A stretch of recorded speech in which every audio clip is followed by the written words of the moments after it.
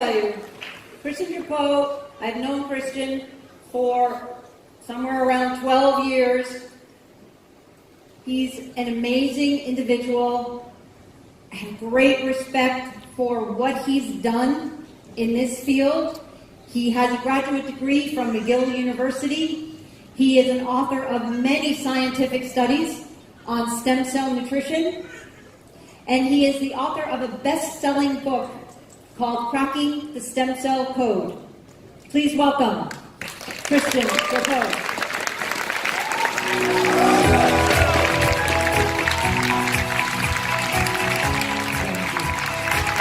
Thank you so much.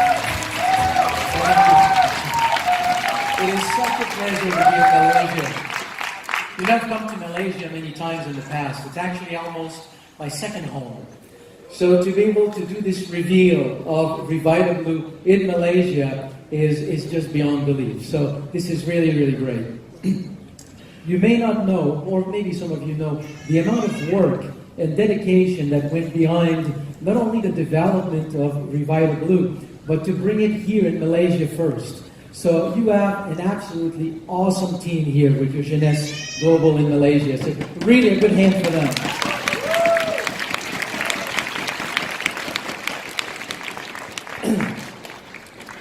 When we do, or oftentimes, when we make a scientific discovery, it is first received with resistance.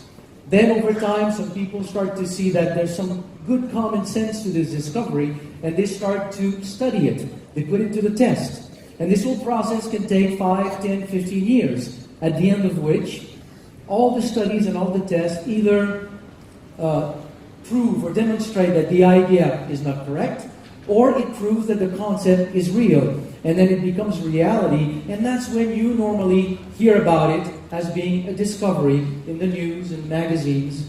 And the reason why I'm saying this is that 15 years ago, a colleague of mine, Dr. Gita Jensen, and I made a discovery. We proposed a new concept. We published this in a journal called Medical Hypotheses, and in essence what we proposed was that just like the human body has an endocrine system, a nervous system, a cardiovascular system, an immune system, the body also has a repair and renewal system. It was a wild idea at the time. 15 years later, it is becoming mainstream medical knowledge. So, and the reason why I'm saying this is I really want you to understand the amazing, amazing opportunity that we have here with RevitaBlu.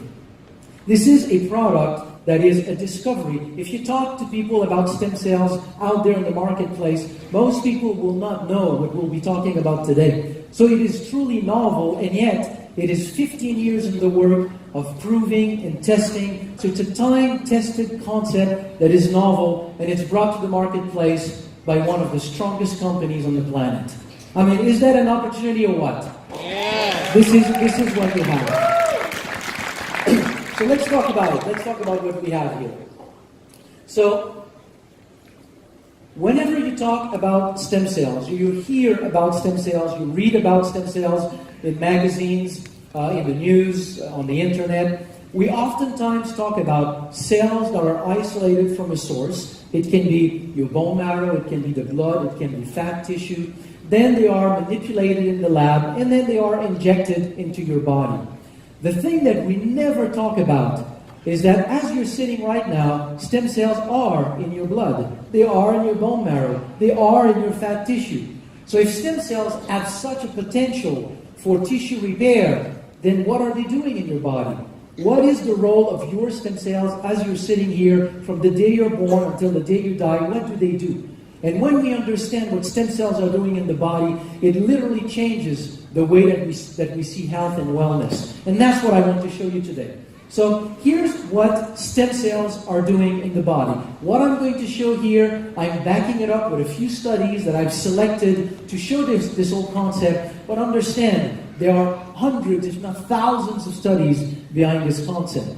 So anytime there is an injury or a problem into a tissue, or an organ. And a lot of these studies were done with heart attack, with stroke, bone fractures. I'm not telling you here that with RevitaBlu we're going to deal with stroke or heart attack or broken bones. That's not the point.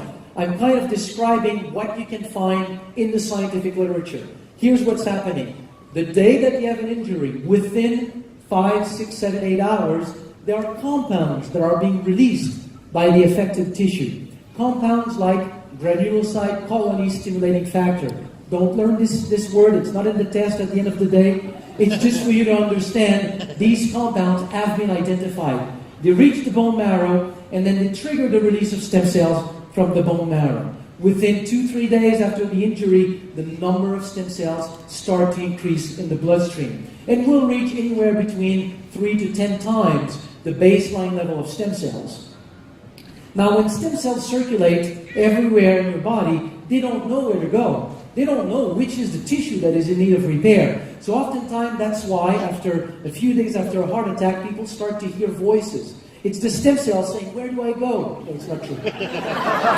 Just wanted to make sure you were listening. So stem cells circulate everywhere. They don't know where to go. So their way to find what is the affected tissue that is in need of repair is that after a few days, the affected tissue will start to release another compound locally in the area where the tissue is affected. So when stem cells circulate everywhere in the body, when they go into the fine capillaries of the affected tissue, that compound is secreted locally, it touches, it connects with the stem cells, and then it triggers the whole process of migration of the stem cells out of the blood into the tissue.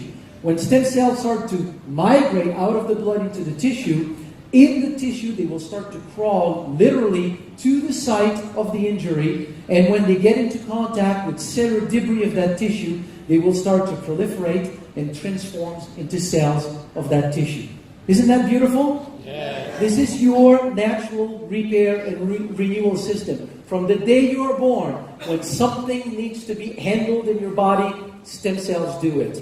So in this whole process, we have the release of stem cells from the bone marrow, we have the circulation of stem cells, migration, proliferation, and differentiation. These are the obvious steps that stem cells must go through in your body to accomplish what we just talked about. But of all of these, the one that has been the most studied is the release of stem cells from the bone marrow. For no other reason that in medical science, you can only study things for which you have a tool. You can only study planets when you got a telescope. And you can only study bacteria when you've got a microscope. So we have molecules known to trigger the release of stem cells from the bone marrow, and the consequence of this is that you've got more stem cells in circulation. So let's look at the scientific literature. What do we know about the link between how many stem cells you have? I'm going to use here a number of studies that you can find in the medical and scientific literature. What I want to make clear before I go into this is that in medical science, we never study health. If you take a healthy person and you give that person white rice for 1 year, and after 1 year that person is still healthy, you cannot say white rice is good for health, because that person is still healthy. Right. You cannot study health, it's difficult. So oftentimes we study disease. You take a problem and you see if something can improve the problem. So these are the studies that we need to look at to understand the role of stem cells in the body. My aim here is not to show you or suggest that RevitaBlu will have an effect on diseases. That's not the point. Let's look at what we know between the link of stem cells, how many stem cells we have in the bloodstream, and health. So this is a study in which scientists took 500 individuals at risk for cardiovascular problems. So people with high blood pressure, high cholesterol, diabetes, obesity, high stress level, those kinds of risk factor for cardiovascular disease. And then they counted the number of stem cells in the bloodstream of these individuals. Just like we can count red blood cells, and the number of red blood cells that we have, we know that we have a healthy range. If you're below the healthy range, we will say you are anemic. In the same way, we have a certain number of stem cells. The only difference is that to this day, there's no healthy range for stem cells that has been established. We just have different levels of stem cells. So they counted the number of stem cells in the blood of these people, and then for 1 year, they observed the occurrence of any kind of heart problem. Heart attack, angina, arrhythmia, whatever the problem. So what we've got here in that graph anytime you see a line that goes down, anytime you see a line that goes down, this is a person experiencing heart problem. So they separate these people in 3 groups. First group with a lot of stem cells in their bloodstream, average number of stem cells in their bloodstream, and low level of stem cells in their bloodstream. It's pretty obvious that the group of people with fewer stem cells experienced way more cardiovascular problem. The conclusion of that study is that the number of circulating stem cells was the best predictor of cardiovascular health. More stem cells in circulation means that more stem cells are available to participate to the very normal process of tissue repair. So that if you have risk factor, but you simply naturally help the tissue to repair itself, well, the problem just doesn't show up. It's really that simple. Same kind of things were shown with not just the heart, other aspects of human health. Now, once this was documented in the scientific literature, it obviously begged the question, if there's such a link between the number of stem cells in the bloodstream and the ability of the body to repair itself, what if we were able to increase the number of stem cells in circulation? Could we change the course of the development of different kinds of health problems? So again, I'm going to show some studies with diseases. My point here is not to talk about diseases. It's simply to show that stem cells in your bone marrow do have the ability to help the body repair itself. Okay, first study was published or was done by the National Institute of Health in America. So it's a very prestigious research organization. So the team of scientists took mice and they stopped the blood flow to the heart so they triggered a heart attack. Then they let the animal recover, and the control group, nothing was done to it. The experimental group, they simply injected cytokines like granulocyte colony stimulating factor, the kind of molecules that the body normally secretes when there's an injury to call for stem cells. So the only difference between the 2 groups, nothing was done to the control group. The experimental group had, let's say, 10 to 100 times more stem cells in circulation. When they looked at these animals 27 days later, in the control group, we can see severe scar tissue in the ventricular wall, no new blood vessels, 17% survival, and fairly poor cardiovascular health.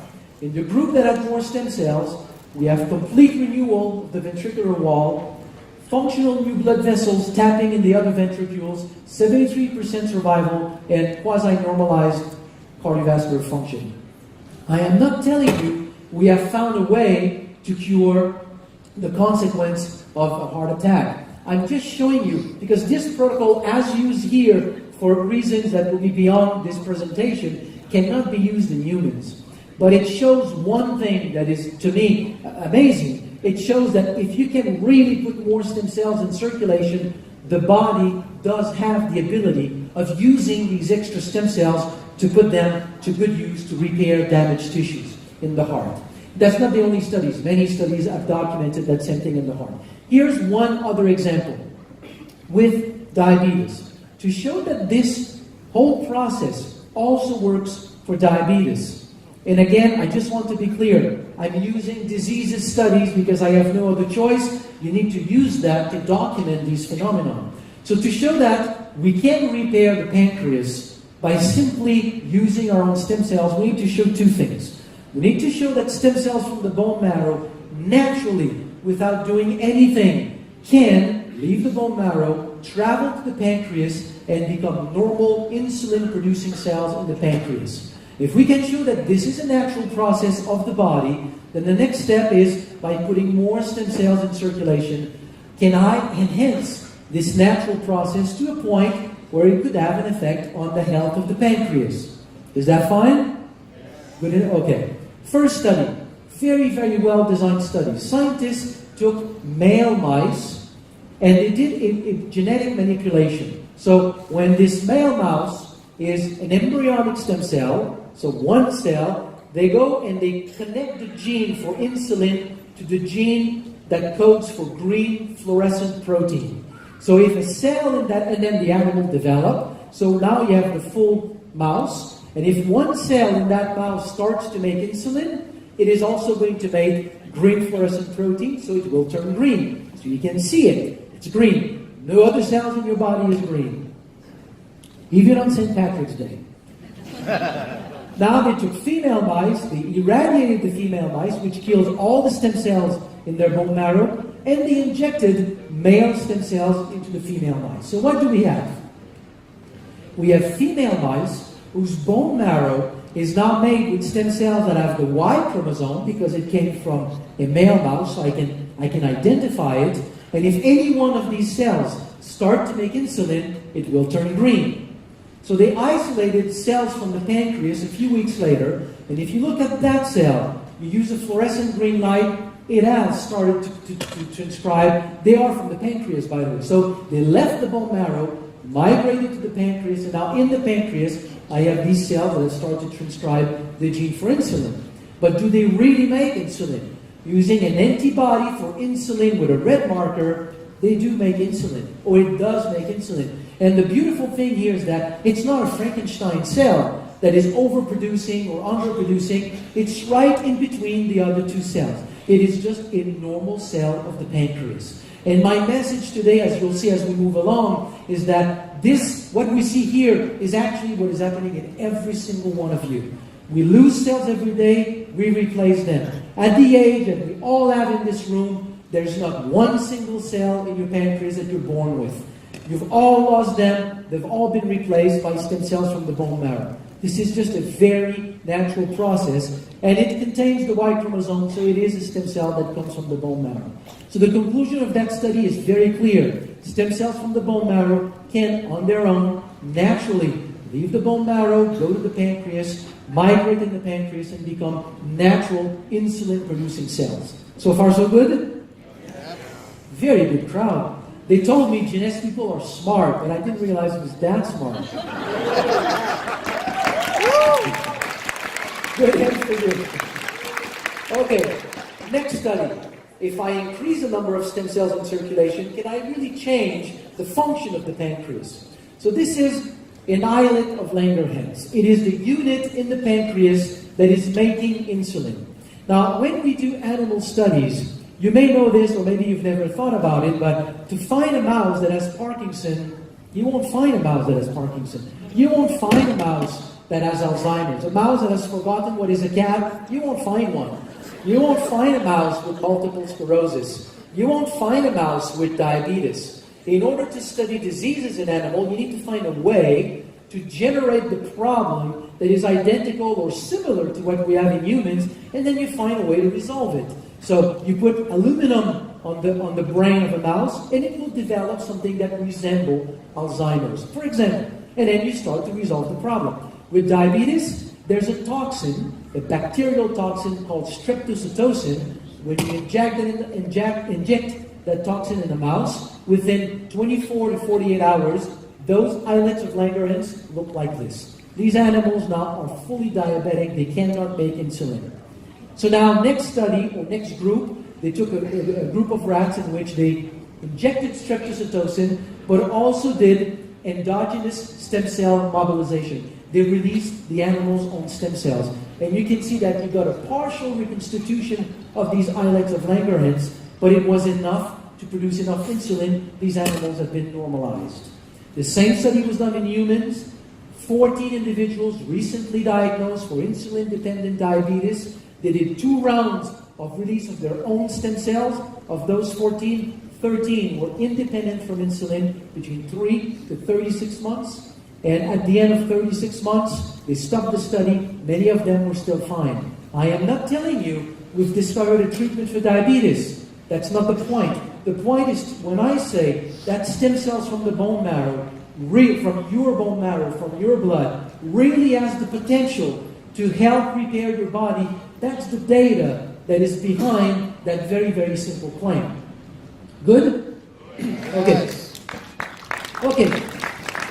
Now, when we talk about health in the whole wide world of health and wellness, it's not necessarily expressed that way, but if you think about it, we normally, traditionally see health as something where at, let's say, 20, 25 years old, you reach peak health, And from then on, it's kind of a slow decline. You know, you reach 30, 35, and then little aches and pains are starting to show up. And then, so it's like, if I make an analogy, it's like you're born with a bank account, with a set amount of money in your bank account, and we tell you spend it wisely, but there's a point where you start to lack money. But stem cell research has revealed that that is not what health is doing in the body. Health is actually a balance between two phenomena. Every day of our lives, we lose cells. Every day of our lives, we replace them. Between now and next month, or between now and last month, nothing has changed in your health. It looks like everything has been stable. But during that month, you have lost a lot of cells, and you have replaced them. There's a dynamic process that is taking place in your body every day. If I take the analogy of the bank account, it's not that you're born with a set amount of money. It's that all your life, you need to have enough money to match up your expenses.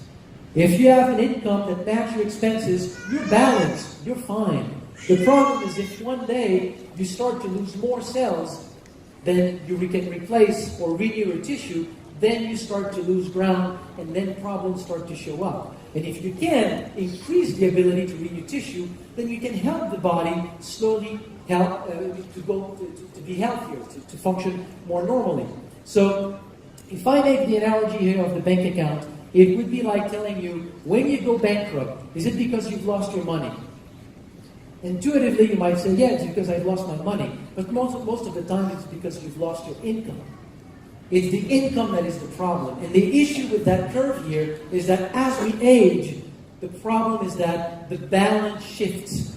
As you reach 25, 30 years old, slowly the red marrow in your bone marrow shifts to yellow marrow, and you make fewer and fewer stem cells. The number of stem cells that you have in your bloodstream goes down as you age, so that balance is lost. So slowly you have to express more and more problems. So with all of this curve, the question is, what if we could, as we age, bring back that balance? Then you basically allow the body to just age much more healthily. You can tap into the natural ability of the body to remain healthy during the entire life of an individual. You won't become immortal. You're not going to live for 120 years. But whatever years that you have, you just have a greater quality of life. And that's the whole idea behind this. There's another interesting conclusion to draw from this. And I'll get a little bit more philosophical here, but how do we define in our modern society health? If you think about it, we define health as the absence of disease. And it's ridiculous. If you go and see your doctor and you say, I don't feel very well, and he does a bunch of tests, and at the end he cannot put a label on you, a diagnosis, then he's going to say, no, you're fine. You'll say, but I'm not fine. I don't feel well. No, you're fine. How many of us live our life and we don't sleep like we used to? Our memory is not as good as it used to. There's a little bit more pain in the morning. Air color has shifted a little bit toward the lighter part. We don't have the same health that we used to have, and we get used to it. We think that this is normal aging. We think that not being able to do everything that we want to do is just normal. What all of this information is telling us is that no, your body has the ability to really reach its optimal health. All you have to do is support this natural aspect of the body and put more stem cells in circulation. If all of this is true, there is one way to look at it. And this is an article that I published about 5 years ago, in which, as we were talking about all this process, to prove that this is true, statistically, we can ask this question. If there is such a link between the number of stem cells in circulation and the ability of staying healthy, it means that people who have stayed healthy statistically should have more stem cells in their bloodstream. And people who have lost their health should have fewer stem cells. And now today there's about 50 studies or so in the scientific literature that have looked at that. Taking people that have developed various kinds of degenerative problems, counting the number of stem cells in their bloodstream, and the outcome is that you've got about half the number of stem cells in the bloodstream of people who have developed various kinds of health problems. There's a direct relationship between how many stem cells you've got in your blood and the ability of your body to really regain its optimal health. And to me, that is the key message. The key message is, whatever the problem is, it's not so much about the problem, it's about giving back to your body its natural ability to express its optimal health. So, with all of this being said, what can we do to put more stem cells in circulation? Interesting question, right? Exercise. Strong exercise. Not a walk in the park. We're talking about running a marathon, intense rowing, and I believe that it's just the intense exercise that leads to micro-lesions in muscles, tendon, ligaments that essentially trigger the repair process, so it increases the number of stem cells in circulation. Sleep, deep sleep. When you are in deep REM sleep, you secrete melatonin that supports the migration and proliferation of stem cells in the brain. Anti-inflammatory food. Inflammation in your or reserve. Systemic inflammation in your body creates noise that reduces the ability of stem cells to be able to identify which tissue in your body is in need of repair. Fasting. We've all heard about how fasting is good for health, but we've never really scientifically understood why. One of the explanations is that after 3 days of fasting, you significantly increase the number of stem cells in circulation. We know that stress is not good for health, but why? Yes, it increases blood pressure, it does a lot of things, but one thing that we have discovered is that stress hormones from the adrenal gland, cortisol, when it's in your bloodstream, will suppress the ability of stem cells to migrate into tissues and proliferate. So you live in New York, Los Angeles, Tokyo, and so you have a lot of stress. I understand in Kuala Lumpur there's not much stress, but you live in places with a lot of stress. Sometimes for 1, 2, 3, 4, 5 decades. Well, during all that time, your ability to repair and maintain your health, compensate for the natural cell loss of cells, then is reduced. So obviously there's a link between stress and a lot of different kinds of health problems. Cigarette smoking. For the smoker and people around you, it's the same effect. It suppresses the ability of stem cells to migrate in tissue and proliferate. So, if you run a marathon every day, if you sleep very, very well, you eat a lot of antioxidant food, you're vegetarian, you fast 3 days per week, you control stress, and you're not exposed to cigarette smoking, you may not be interested in what I'm going to say now. But if you don't do all these things, then in the past 15 years, my main focus of research was to study plants that have been documented to support the natural release of stem cells from the bone marrow. The first one is a blue-green algae called Aphanizomenon aqua. Within 1 hour of consumption, we can see an increase of about 30% in the number of circulating stem cells. So all this adventure, all my studies and my research on stem cells started with the discovery of how this plant was working in the body. From there, the question that I asked was, what else is known in the world, in local pharmacopoeias in different parts of the world, known to be associated to a broad variety of health benefits? And the thinking process behind this is that if a plant supports the release of your own stem cells, they will migrate in the liver of a person who will then experience better liver function, in the pancreas of somebody else who will have better glucose metabolism, in the brain of somebody else, the joint of somebody else, the lung of somebody else. So we should see a broad variety of health benefits. And there are some of these ingredients on our planet have been historically associated with these kinds of benefits. And one of them is sea buckthorn berry. You know sea buckthorn berry? It's been used for centuries in Tibetan medicine, Mongolian medicine, Chinese medicine. What is interesting about this fruit, and I find it's one of the things that I found so attractive and fascinating, is that whenever you name a plant in science, most of the time it's named according to its physical characteristics. So you take, for example, AFA that we talked about just before. Aphanizomenon aqua means invisible flower of water. Beautiful, isn't it? But there are a few plants that have been named not on the basis of their physical characteristics, but on the basis of what they do to the body. Very rare, but Hippophae rhamnoides, sea buckthorn is one of them. Hippophae means, hippo is horse, phae is like. It means shining horse. It's Alexander the Great, as he was going through his conquest in Asia. At some point, he abandoned a herd of wounded horses in a field of sea buckthorn, and when he came back a few weeks later, he had a herd of vibrant, healthy horses with a shiny coat. And a shiny coat in a horse needs a healthy coat. So he brought sea buckthorn back to Greece, and now it's spread to Europe, to all this part of the world. And now it has integrated many, many local medicine. So we developed a very specific extract of sea buckthorn berry, and when we feed this extract, we provide this extract to individuals. All these studies were done in humans. It leads to an increase in the number of circulating stem cells, but after 2 hours, it is still climbing. So it's an effect that is much more robust than what we originally had with AFA. Now the next ingredient in RevitaBlu is another ingredient that I worked on. It's a specific species, unique species of aloe coming from Madagascar.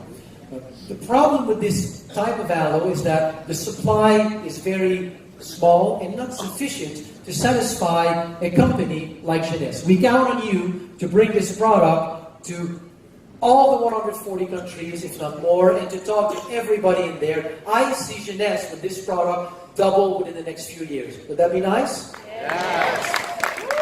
So we won't have enough of that aloe to satisfy that. So as we tested, or as I tested, various types of aloe, we find one other type of aloe that had the same effect. It's a specific extract of aloe, and when we give that to individuals, we see likewise an increase in the number of circulating stem cells that last over time.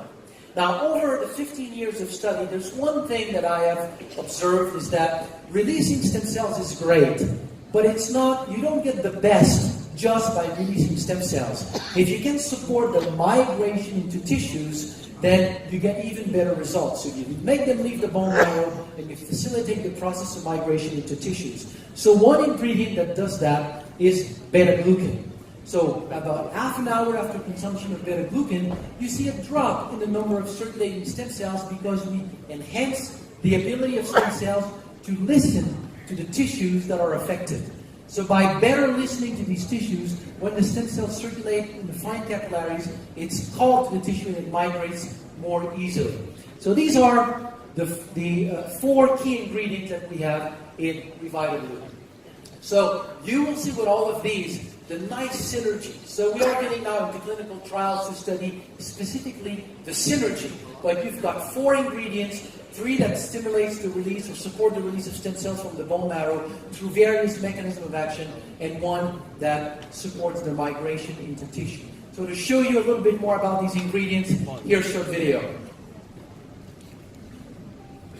Sourced from the Tibetan Plateau and the crisp waters of Oregon's Upper Klamath Lake, Jeunesse has developed a patent-pending formula enhanced with blue-green algae, sea buckthorn berry, aloe vera, and coconut water.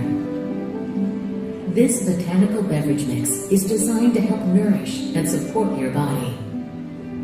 Introducing RevitaBlu. Formulated by a pioneer in stem cell research, refreshing RevitaBlu contains 3 legendary plant-based ingredients.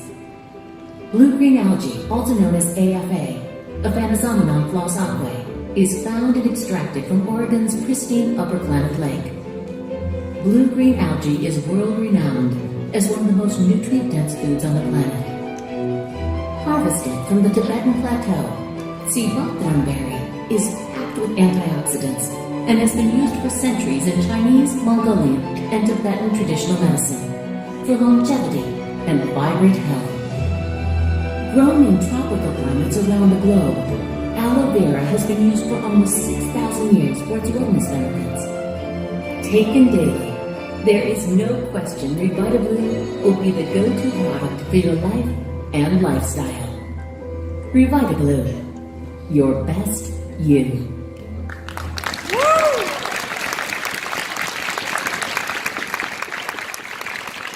I love this slogan because once you understand really everything that we've talked about with stem cells, and that you've got a product that supports this natural process in the body, that's exactly what RevitaBlu does. Your best you.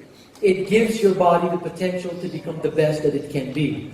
So the claims of the product are very simple. It supports this natural repair process in the body, renewal system. It has some side benefits on supporting immune function, providing antioxidant protection. It supports a general sense of well-being once your body is better able to maintain itself. And it supports healthy aging. Now, of all of this,